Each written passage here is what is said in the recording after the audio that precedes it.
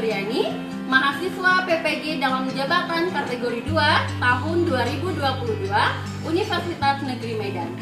Kali ini saya akan menampilkan video pembelajaran dengan model problem-based learning di kelas 4 yang saya ampu di semester ini. Demikian perkenalan dari saya. Wassalamualaikum warahmatullahi wabarakatuh. Assalamualaikum warahmatullahi wabarakatuh. Waalaikumsalam warahmatullahi wabarakatuh. Bagaimana kabarnya hari ini? Alhamdulillah luar biasa, tetap semangat, Allahu Akbar. Oke, semangat pagi. Pagi. Ya, baik. Sepertinya sudah semangat untuk belajar. Tapi sebelum kita mulai pembelajaran, terlebih dahulu kita berdoa. Berdoa dimulai. Bismillahirrahmanirrahim. Rabbi zidni ilman warzuqni fahman. Ya Allah, tambahlah ilmuku dan pertinggikanlah kecerdasanku. Amin. Oke, apakah ada yang tidak hadir? Tidak. Hadir semua ya? Ya. Oke, rajin anak ustazah ya. Baik, seperti biasa untuk meningkatkan rasa nasionalisme kita terhadap tanah air tercinta ini, sebelum belajar kita menyanyikan lagu wajib nasional. Kali ini lagunya apa judul? Maju Tercinta. Siapa penciptanya? Baik, ikuti sama-sama ya.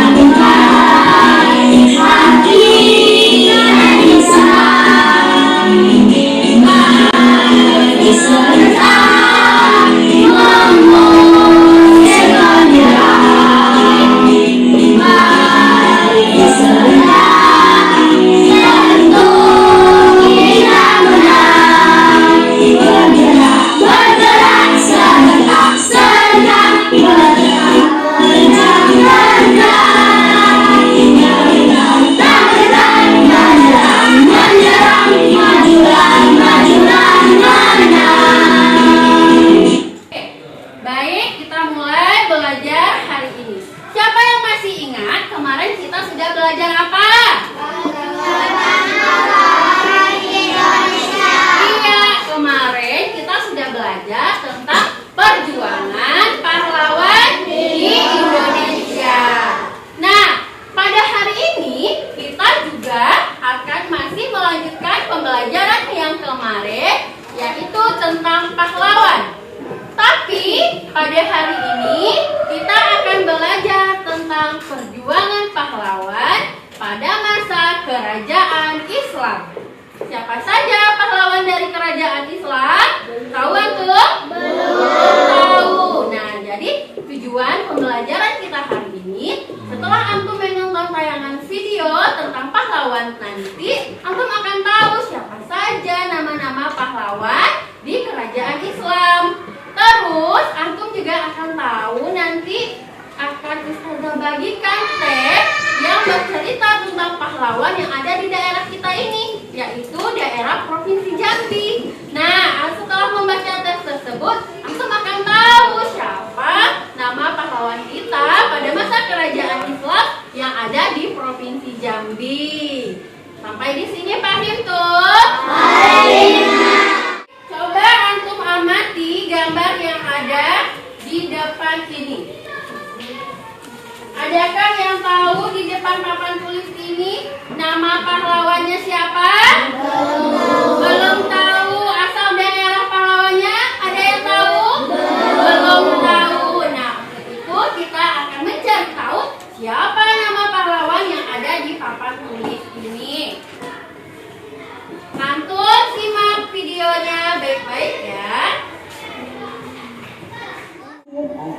daerah pangkal.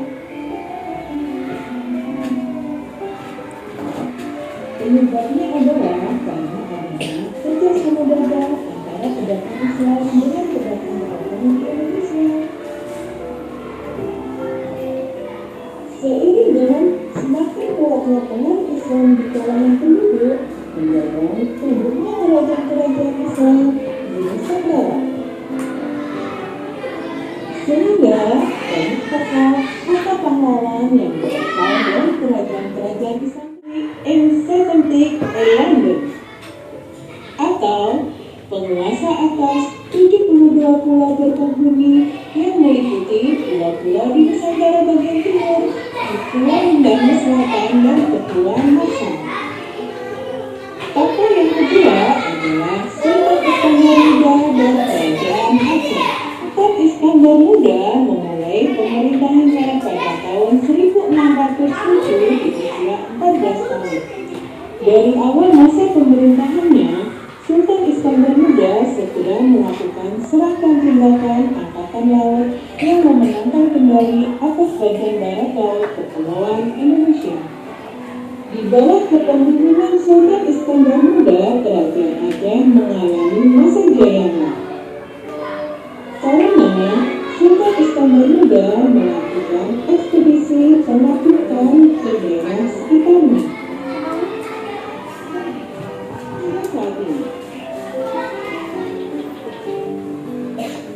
Selain itu, Sultan Agung juga telah menulis karya sastra dengan judul Serat Sastra Gending yang membahas mengenai filosofi hubungan sastra dan gending.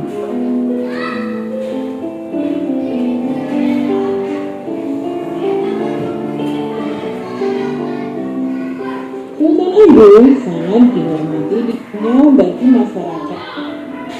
Dia telah menulis karya sastra. Mari kita belajar tentang sikap kepahlawanan dari pengaruhnya bagi masyarakat dari Insinyur Soekarno dan R.A. Kartini. Insinyur Soekarno adalah tokoh nasional yang mengusulkan dasar negara Indonesia yang sekarang kita kenal dengan nama Pancasila. Insinyur Soekarno juga merupakan salah satu tokoh yang memproklamirkan kemerdekaan bangsa Indonesia pada tanggal 17 Agustus 1945 bersama dengan Muhammad Hatta.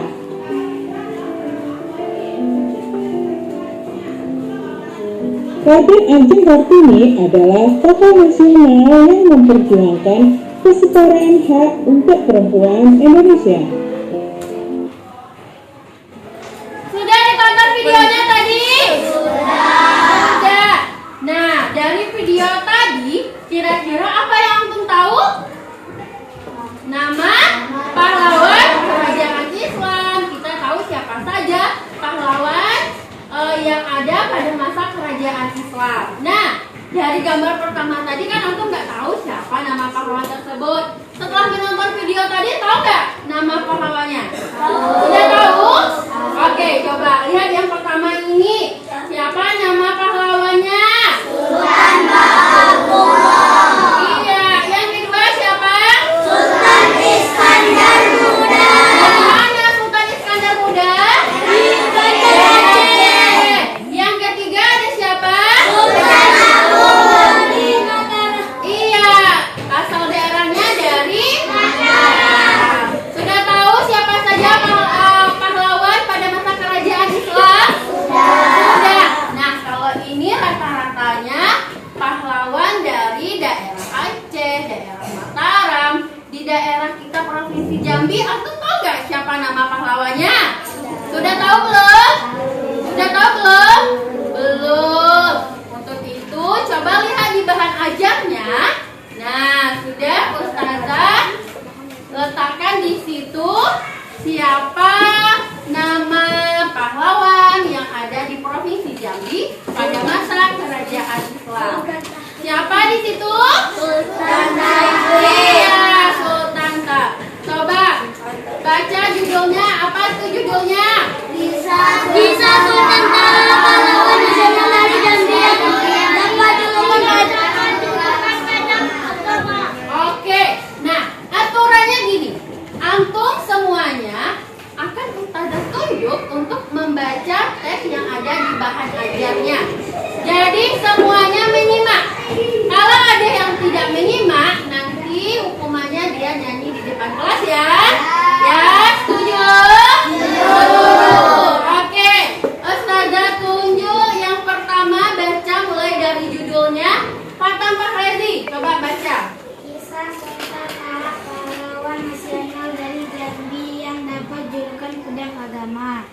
Sultan Taha merupakan keturunan Raja Kerajaan Melayu Jambi. Sultan Taha dilahirkan pada tahun 1816 di Keraton Tanah Pilih Jambi. Anak Raja Kerajaan Melayu Jambi itu merupakan sosok yang berpendirian teguh dan tegas dalam mengambil Oke, keputusan. stop. Lanjutkan Hafizah. Sultan Taha Saifuddin gugur dalam sebuah pertempuran sengit melawan Belanda pada April 1904. Oke, stop. Lanjut baca Ishak. Ya remaja, Raden Taha sudah menonjolkan karakter sebagai seorang pemimpin. Anak Raja Kerajaan Melayu Jambi itu merupakan sosok yang berpendirian teguh dan tegas dalam hembuskan nafas terakhir setelah Belanda menghukumnya di Betung Bedara. Sekarang masuk wilayah Kabupaten Kabo. Dia gugur dalam peperangan itu pada usia 88 tahun sebagai kesuma bangsa. Oke, sudah dibaca semuanya? Sudah. Jadi siapa nama pahlawan yang ada di daerah kita Provinsi Jambi? Iya, Sultan Taha. Sebenarnya ada banyak sekali pahlawan dari daerah kita. Kalau di Sungai Penuh siapa yang tahu nama pahlawannya? Sekarang dijadikan nama kampus. Iya, Depati Parbo itu pahlawan dari Kerinci Sungai Penuh. Nah, kalau di daerah Provinsi Jambi yang kita pelajari hari ini, nama pahlawannya adalah Oke. Nah, dari teks yang sudah aku baca tadi, kita mencari informasi penting apa saja sih yang ada dalam teks tadi? Coba lihat.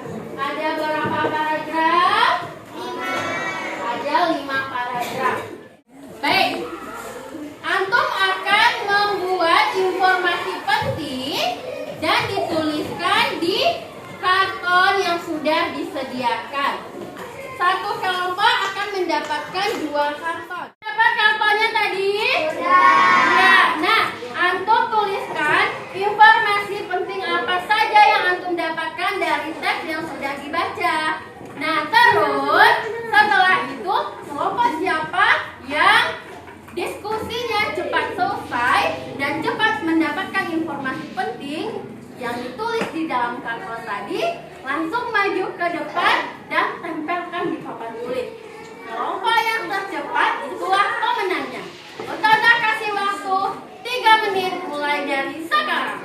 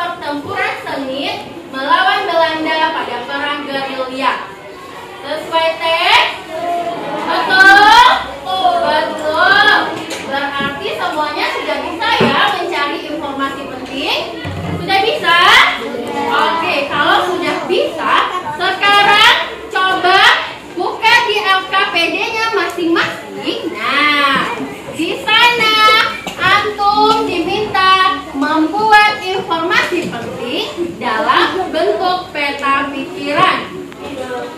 Tadi sudah didiskusikan apa saja informasi penting yang antum dapat, dan sekarang antum tulis informasi penting yang didapat di dalam LKPD-nya masing-masing. Mulai dari sekarang.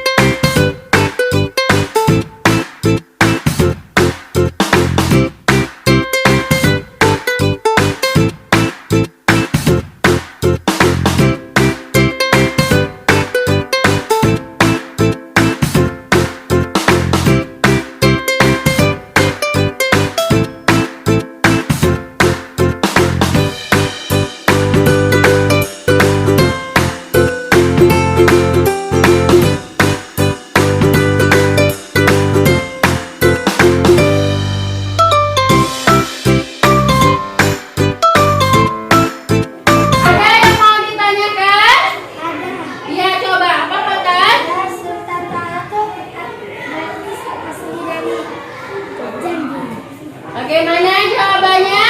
Iya. Iya, Sultan Taha itu asli dari Jambi, Fatan.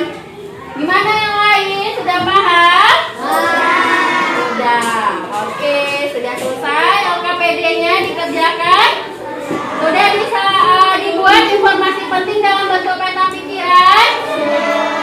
Cerita tentang pahlawan tadi, tes yang antum baca apakah tes nyata? Iya. Apakah itu hanya dibuat-buat saja? Iya.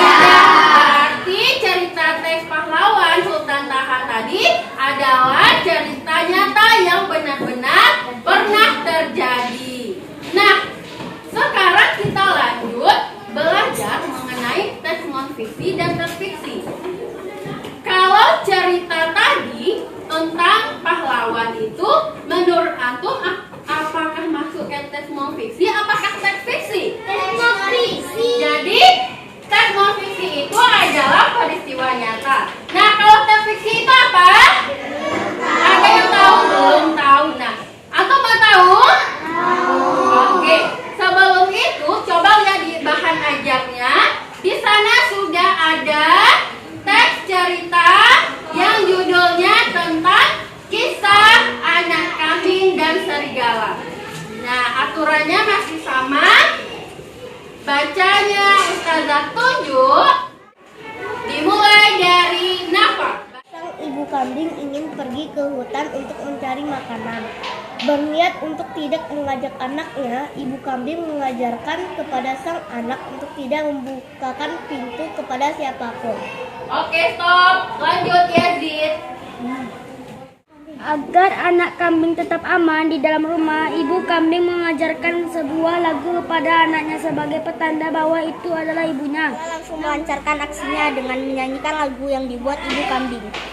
Mendengar lagu tersebut, anak kambing pun merasa heran.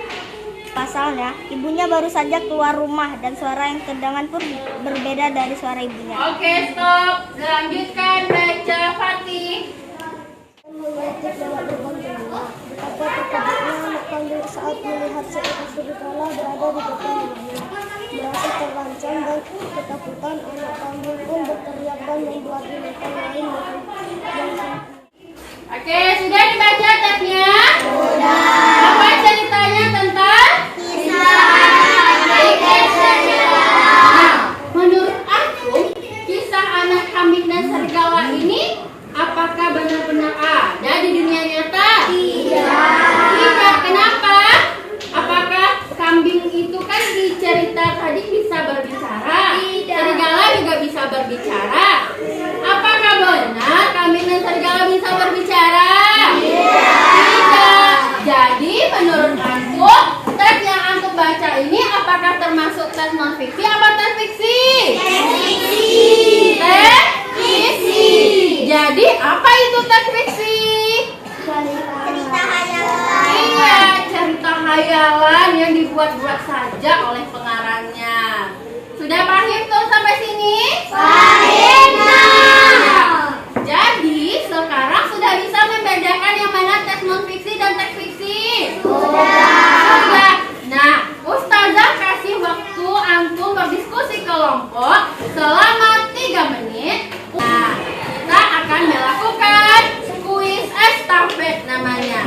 Tahu antum kuis estafet? Tidak tahu. Nah, kita akan melakukan kuis estafet. Aturannya, setelah berdiskusi kelompok nanti, 3 orang perwakilan kelompok maju ke depan dan 1 orang kelompok menuliskan perbedaan tes fiksi dan non fiksi. Terus giliran dengan kelompok yang lain dan temannya tadi.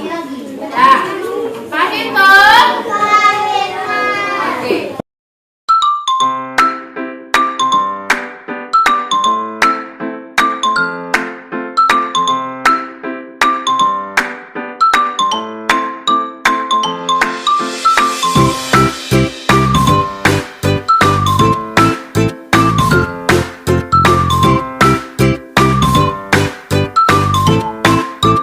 Sudah selesai? Oke, silakan perwakilan kelompok untuk maju ke depan.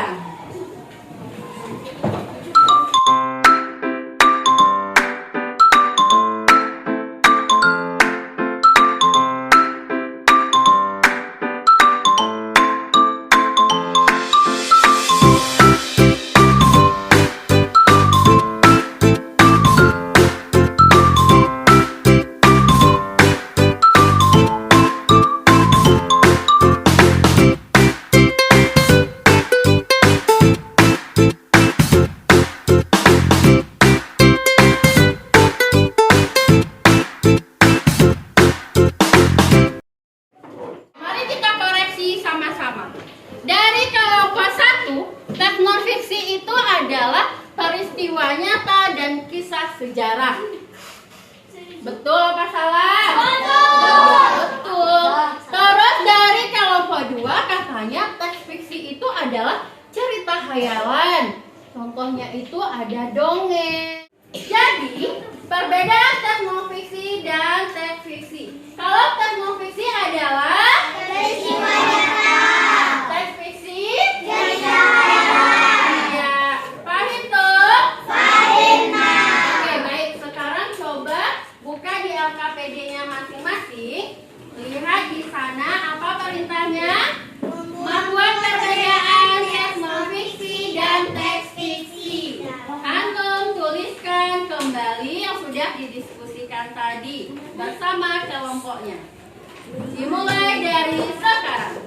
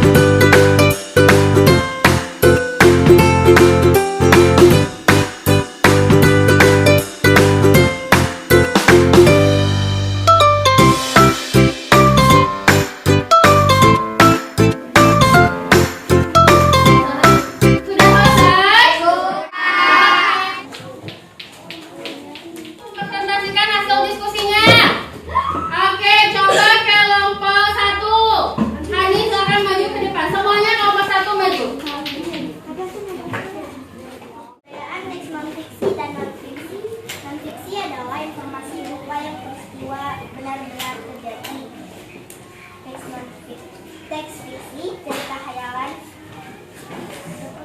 ditulis oleh pengarang dengan mengembangkan imajinasi diri sendiri. Oke, betul apa salah? Betul apa salah? Kita beri tepuk tangan untuk kelompok 1.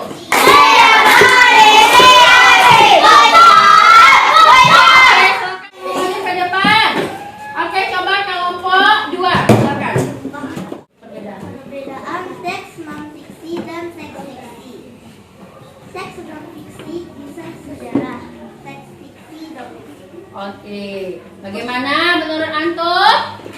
Betul apa salah?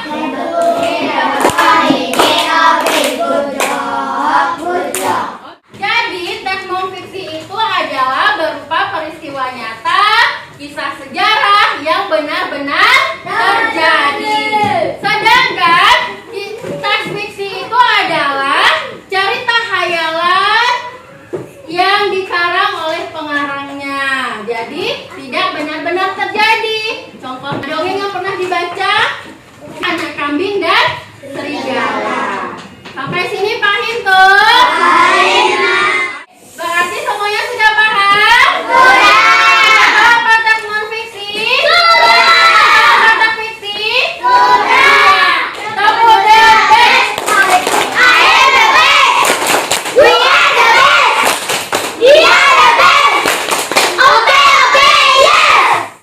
Oke, bagaimana perasaannya belajar hari ini?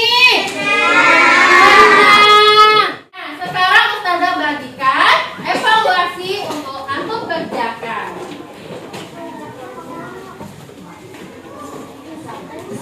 Bikin nama ya.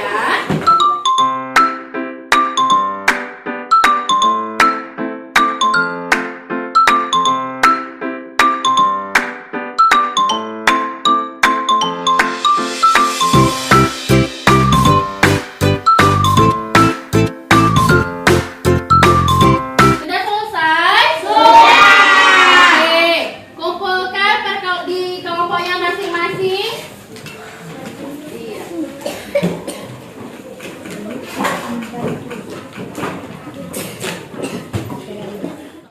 Oke, sudah paham semuanya? Sudah. Besok kira-kira kita belajar tentang apa lagi ya? Iya, besok kita akan belajar tentang meneladani sikap pahlawan. Oke, demikian pembelajaran kita hari ini. Mari sama-sama kita berdoa.